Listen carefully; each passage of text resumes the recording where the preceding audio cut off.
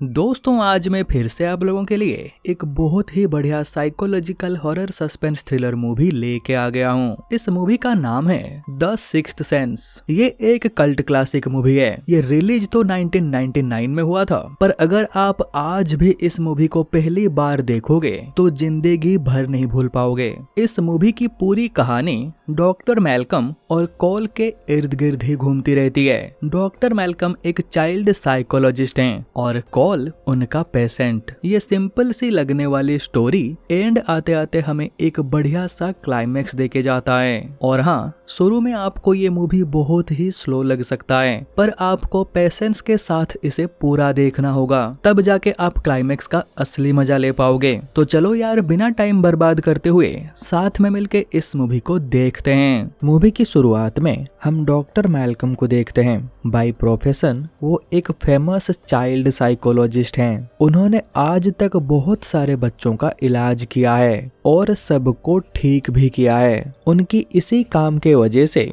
Mayor ने उन्हें सम्मानित भी किया है और इसी बात को लेके डॉक्टर मैल्कम की पत्नी एना भी बहुत खुश होती हैं। फिर ये माहौल थोड़ा रोमांटिक हो ही रहा होता है, तभी डॉक्टर मैल्कम नोटिस करते हैं कि खिड़की का कांच टूटा हुआ है। मतलब कोई तो है जो इस रास्ते से घर के अंदर घुसा है। तो उस बंदे को ढूंढने के लिए डॉक्टर मैल्कम को ज्यादा मेहनत नहीं करना पड़ता है, क्योंकि वो बंदा उन्हें उनके बाथरूम के अंदर मिल जाता है। वो बताता है कि उसका नाम विंसेंट है। 10 साल पहले डॉक्टर मैल्कम ने उसका इलाज किया था। विंसेंट उन्हें कहता है, आपने मुझे कहा था कि मैं बिल्कुल ठीक हूँ, तो फिर मैं 10 साल बाद भी ऐसा क्यों हूँ? मुझे आपने अकेला क्यों छोड़ा? दरअसल दोस्तों, विंसेंट के बातों से तो हमें ये पता चलता है कि वो मेंटली अनस्टेबल है। शायद उसके बचपन में उसे जो बीमारी था वो वापस आ गया है। तो डॉक्टर मैल्कम उसे प्यार से समझाने की कोशिश करते हैं। वो कहते हैं, तुम टेंशन मत लो, मैं अभी भी तुम्हारे साथ ही हूँ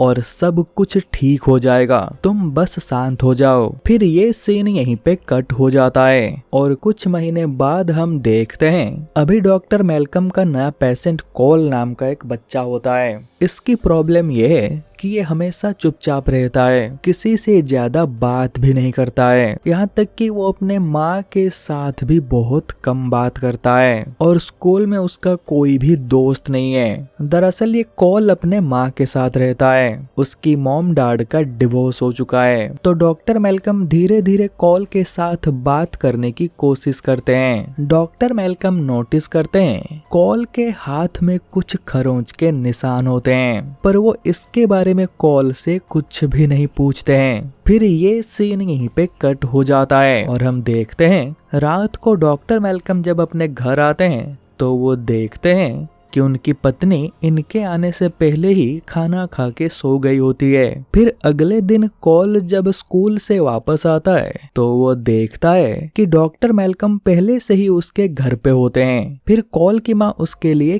केक बनाने चली जाती हैं। फिर हम देखते हैं डॉक्टर मैल्कम यहाँ से सीधा एक रेस्टोरेंट में जाते हैं। फिर हमें पता चलता है कि आज इन दोनों की मैरिज एनिवर्सरी है और डॉक्टर मैल्कम के यहाँ पे टाइम पे ना पहुँच पाने के कारण एना उनके ऊपर गुस्सा है। फिर डॉक्टर मैल्कम उसे सॉरी भी कहते हैं, पर फिर भी एना की गुस्सा शांत नहीं होती है। वो यहाँ से उठ के चली जाती है, पर जाने से पहले वो डॉक्टर मैल्कम को हैप्पी एनिवर्सरी विश करके जाती है। फिर एक दिन हम देखते हैं कॉल अपने माँ के साथ अपने एक क्लासमेट के यहाँ उसके बर्थडे पार्टी में गया हुआ होता है। दरअसल जिस लड़के का आज बर्थडे है वो इसे बुलाना नहीं चाहता था, पर उसके पापा के कहने के कारण उसे कॉल को जबरदस्ती यहाँ पे बुलाना पड़ा। फिर हम देखते हैं कॉल की नजर एक बलून के ऊपर पड़ता है और वो उसे पकड़ने के लिए उसके पीछे जाता है, पर तभी उसे एक आवाज सुनाई देता है। दरअसल एक बंदा चिल्ला चिल्ला के कह रहा होता है कि मुझे यहाँ से बाहर निकालो।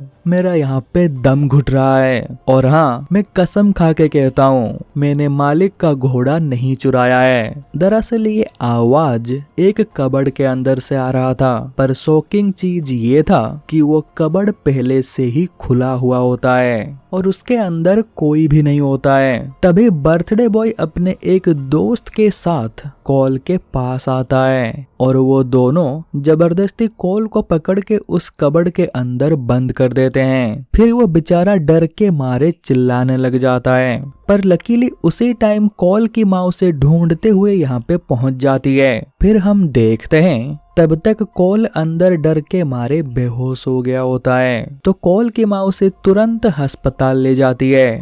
तो डॉक्टर उन्हें बताते हैं कि घबराने की कोई भी बात नहीं है, कॉल अभी बिल्कुल ठीक है। फिर हम देखते हैं डॉक्टर मैल्कम कॉल से मिलने अस्पताल आते हैं। वो देखते हैं कॉल अभी भी सोया नहीं होता है। वो डिसाइड करते हैं कि वो कॉल को एक बेड टाइम स्टोरी सुनाएंगे, पर क्योंकि उनका खुद का कोई बच्चा नहीं होता है इसीलिए उन्हें बेड टाइम स्टोरी सुनाना नहीं आता है। तो वो कॉल को अपनी ही कहानी सुनाने लग जाते हैं। तो वो कहते हैं कि मैं पिछले कई सालों से चाइल्ड साइकोलॉजिस्ट का काम करते आ रहा हूँ। मैंने बहुत सारे बच्चों का इलाज भी किया है। मेरा एक उसूल था कि जब तक मेरा पेशेंट पूरी तरीके से ठीक नहीं हो जाता मैं उसे छोड़ता नहीं था। पर मुझे पता नहीं था कि उनमें से एक बच्चा पूरी तरीके से ठीक नहीं हुआ था। दोस्तों, अब तक तो आपको ये समझ में आ गया होगा कि वो विंसेंट की बात कर रहे हैं। फिर आगे वो कहते हैं, मुझे जब ये पता चला कि वो बच्चा 10 साल बाद भी उसी ट्रॉमा से गुजर रहा है, मैं अंदर से टूट गया।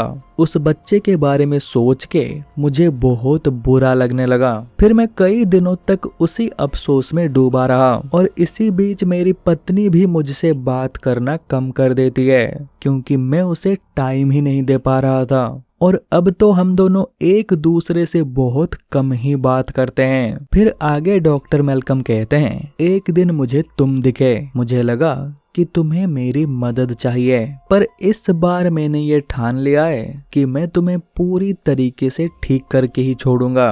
तो इतना सब कुछ सुनने के बाद कॉल कहता है, आप सच में बहुत अच्छे हैं। आप बाकियों के जैसे बिल्कुल भी नहीं हैं। अभी मैं आपको मेरा एक सीक्रेट बताने वाला हूँ, पर आप मुझे ये प्रॉमिस कीजिए कि आप ये सीक्रेट किसी को भी नहीं बताओगे। तो डॉक्टर मैल्कम उसे प्रॉमिस करते हैं। तो कॉल कहता है, दरअसल मुझे मरे हुए लोग दिखते हैं। तो डॉक्टर मैल्कम कहते हैं, तुम्हें वो कब दिखाई देते हैं, रात को सोते वक्त या फिर दिन में? तो कॉल कहता है, मुझे वो हर वक्त दिखते हैं। फिर डॉक्टर मैल्कम अस्पताल से बाहर आते हैं और कॉल के केस अपडेट को रिकॉर्ड करने लग जाते हैं। और इसी दौरान वो ये भी रिकॉर्ड करते हैं कि कॉल विजुअल हेलुसिनेशन से गुजर रहा है। फिर हम देखते हैं कॉल की माँ उसे अस्पताल से घर ले आते हैं। फिर देर रात को कॉल जब सुसु करके वापस आ रहा होता है तभी वो देखता है कि किचन का लाइट ऑन है, जो कि थोड़ी देर पहले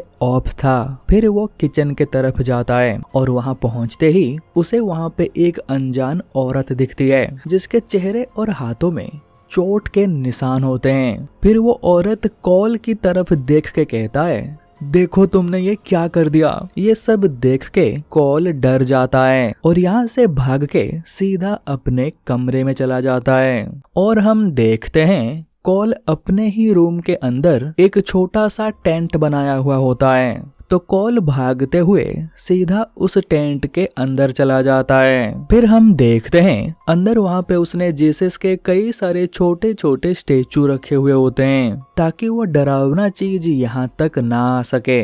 इसे देख के हम ये समझ पाते हैं कि ये पहली बार नहीं है जब कॉल के साथ ये सब हो रहा है। फिर अगले दिन डॉक्टर मैल्कम जब कॉल से मिलने उसके स्कूल आए हुए होते हैं तब अचानक से वो स्कूल के कॉरिडोर में 3 लोगों को लटकते हुए देखता है। दरअसल वो सब मर चुके होते हैं, पर फिर भी वो तीनों कॉल को घूर रहे होते हैं। दरअसल अभी जिस जगह पे ये स्कूल है, कभी यहाँ पे एक अदालत हुआ करता था और यहाँ पे क्रिमिनल्स को फांसी दी जाती थी। कॉल डॉक्टर मैल्कम को उन तीनों के बारे में बता देता है, पर डॉक्टर मैल्कम जब उस तरफ देखते हैं उन्हें वहाँ पे कोई भी दिखाई नहीं देता है। फिर हम देखते हैं कॉल की माँ उसके साथ शॉपिंग करने जाती हैं। दरअसल वो चाहती हैं कि उनका बेटा हमेशा खुश रहे। फिर ये सीन यहीं पे कट हो जाता है और दूसरी तरफ हम देखते हैं डॉक्टर मैल्कम की पत्नी एना एक एंटिक शॉप चला रही होती है और शायद इसी शॉप में काम करने वाले एक लड़के के साथ उनका कुछ चल रहा होता है। वो बस एक दूसरे को किस करने ही वाले होते हैं, तभी अचानक से उनके दरवाजे का शीशा टूट जाता है। फिर हम देखते हैं बाहर डॉक्टर मैल्कम वहाँ से जा रहे होते हैं। दरअसल अपनी पत्नी को किसी और के साथ देख के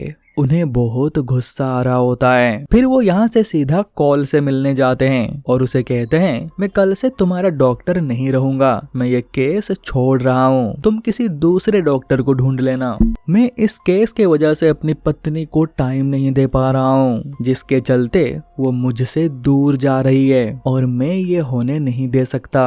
पर कॉल डॉक्टर मैल्कम से रिक्वेस्ट करता है कि सर प्लीज आप मुझे इसे छोड़ के मत जाइए। पर डॉक्टर मैल्कम कॉल की बातों को इग्नोर करके यहाँ से चले जाते हैं। फिर रात को जब वो अपने घर पहुँचते हैं तो वो देखते हैं वही सेम लड़का उनके घर से बाहर निकल रहा होता है। इससे पहले कि वो उस लड़के के पास पहुँच पाते, वो गाड़ी लेके यहाँ से चला जाता है। फिर हम देखते हैं रात को डॉक्टर मैल्कम विंसेंट के 10 साल पहले किए हुए रिकॉर्डेड सेशन को सुनने लगते हैं। दरअसल विंसेंट के भी वही सब सिम्टम्स होते हैं जो अभी कॉल के हैं। तभी अचानक से उसे टेप रिकॉर्डर के अंदर से उन्हें एक स्पेनिश बंदे का आवाज सुनाई देता है, जो स्पेनिश में कह रहा था, यो नो क्योरी मोरेर। इसका हिंदी में मतलब है, मैं मरना नहीं चाहता। ये सुनने के बाद डॉक्टर मैल्कम को थोड़ा अजीब लगता है, क्योंकि विंसेंट को स्पेनिश नहीं आता था, तो फिर ये वॉइस किसका था और ये आवाज बहुत धीरे आ रहा था। शायद इसीलिए 10 साल पहले उन्होंने इसे मिस कर दिया था। फिर वो अगले दिन फिर से कॉल से मिलने जाते हैं और उसे कहते हैं, तुम आगे से उन घोस्ट को देख के डरना मत, वो तुम्हें कुछ बताना चाहते हैं और शायद इसीलिए वो तुम्हारे सामने बार बार आते हैं। फिर उसी दिन रात को कॉल के सामने एक छोटी बच्ची की घोस्ट आती है। पहले तो कॉल उसे देख के डर जाता है, पर बाद में वो खुद को संभाल लेता है और साहस जुटा के उस लड़की से पूछता है, क्या तुम मुझे कुछ कहना चाहती हो। फिर ये सीन यहीं पे कट हो जाता है और अगले दिन सुबह सुबह हम देखते हैं कॉल डॉक्टर मैल्कम के साथ उसी लड़की के फ्यूनरल में जाता है। दरअसल वो लड़की पिछले 2 साल से बीमार चल रही थी और उसी बीमारी के चलते कल रात उसकी मौत हो गई है। तो कॉल डॉक्टर मैल्कम के साथ अंदर चला जाता है। फिर वो सीधा उस लड़की के कमरे में जाता है। फिर उस लड़की का घोस्ट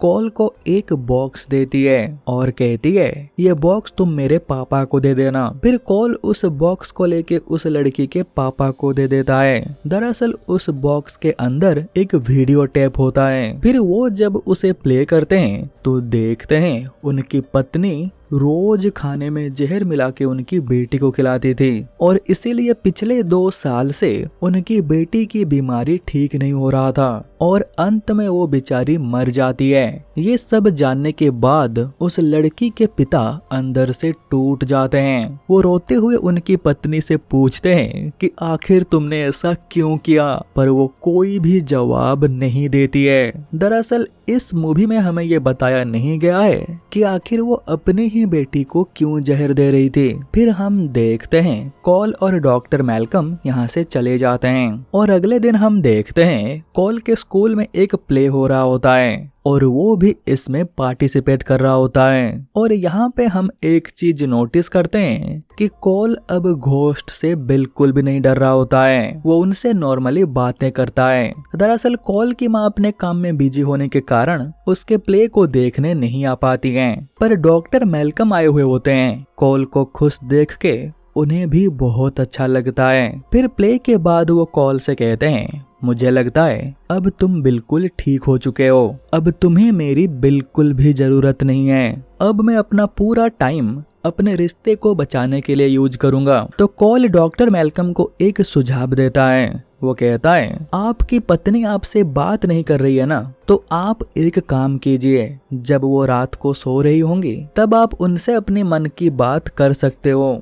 ऐसा करोगे तो उन्हें पता भी नहीं चलेगा और आपका मन भी हल्का हो जाएगा। फिर ये सीन यहीं पे कट हो जाता है और हम देखते हैं कॉल अपनी माँ के साथ ट्रैफिक में फंसा हुआ होता है। दरअसल अभी अभी आगे एक एक्सीडेंट हुआ है और उसी के चलते थोड़ी देर के लिए इस रोड को ब्लॉक कर दिया गया है। तो कॉल अपनी माँ से कहता है, इस एक्सीडेंट में एक महिला की मौत हो गई है। तो कॉल की माँ उसे कहती है कि तुम्हें ये कैसे पता चला? तो कॉल कहता है, क्योंकि मुझे मरे हुए लोग दिखते हैं और अभी उस महिला का घोस्ट मेरे खिड़की के पास ही खड़ी है। कॉल की माँ को कॉल से ये सब सुन के थोड़ा अजीब लग रहा होता है, पर तभी कॉल उन्हें कुछ ऐसा बताता है जो सिर्फ कॉल की माँ और उसकी नानी के बीच में हुआ था। जैसे कि जब कॉल की माँ छोटी थी तब उनके स्कूल प्ले के दिन अपने माँ के साथ झगड़ा हो गया था और उन्हें ऐसा लगता था शायद उसी झगड़े के चलते उनकी माँ उस प्ले को देखने नहीं गई थी, पर असल में ऐसा नहीं हुआ था।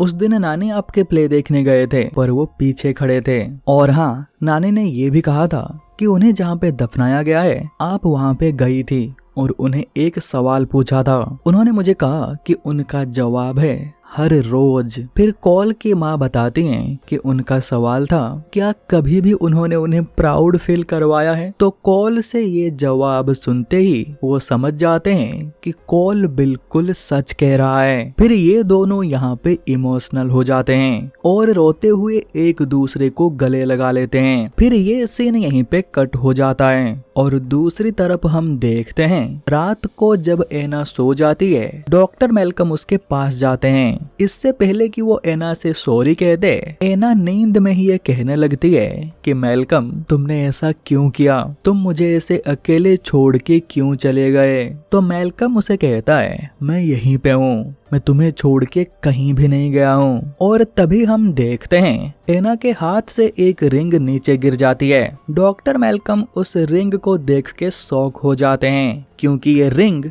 उन्हीं का होता है। फिर वो देखते हैं उनका रिंग फिंगर बिल्कुल खाली होता है। ये देख के वो शॉक हो जाते हैं और यहाँ पे आता है इस मूवी का सबसे बड़ा ट्विस्ट। डॉक्टर मैल्कम को धीरे धीरे ये रियलाइज होता है कि वो भी एक घोस्ट है और कॉल इन्हीं के जैसे घोस्ट को देख पाता है। फिर हम एक फ्लैशबैक देखते हैं। आपको याद होगा मूवी की शुरुआत में विंसेंट इनके घर में घुस गया था और डॉक्टर मैल्कम उसे प्यार से समझा रहे थे।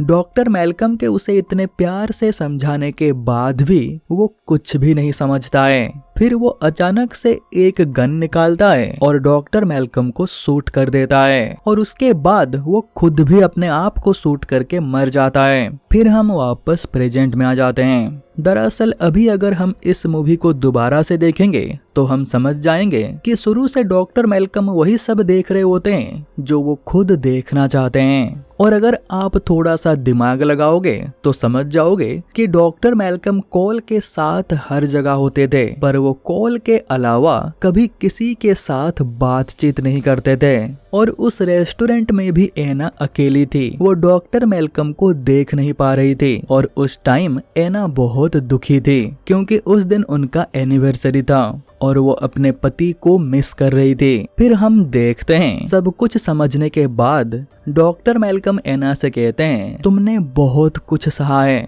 पर अब और नहीं, कल से एक नया दिन होगा और तुम एक नया शुरुआत करना। और फिर ये मूवी यहीं पे खत्म हो जाता है। यानी कि अभी यहाँ पे डॉक्टर मैल्कम की आत्मा को मुक्ति मिल जाता है। उम्मीद करता हूँ कि आपको ये वीडियो अच्छा लगा होगा। अगर आपको ये वीडियो अच्छा लगा है तो इस वीडियो को लाइक कर देना और हाँ, कमेंट करके भी बताना कि आपको ये वीडियो कैसा लगा। और अगर आप आगे भी ऐसी वीडियो और देखना चाहते हो तो मेरे इस चैनल को सब्सक्राइब कर देना और सब्सक्राइब करने के बाद बेल आइकन को दबा के नोटिफिकेशन को ऑल पे रखना ताकि मैं नेक्स्ट जब भी वीडियो अपलोड करूंगा आपके पास उसका नोटिफिकेशन आ जाएगा और आप मेरा एक भी वीडियो मिस नहीं करोगे। और हाँ, जाने से पहले मैं आपको बता दूं, अगर आप मुझे कोई मूवी सजेस्ट करना चाहते हो तो आप मुझे वो इंस्टाग्राम के थ्रू कर सकते हो और इंस्टाग्राम का लिंक नीचे डिस्क्रिप्शन पे मिल जाएगा। तो चलो यार, आज के इस वीडियो में बस इतना ही। फिर मिलते हैं कोई दूसरी वीडियो में, तब तक के लिए बाय बाय।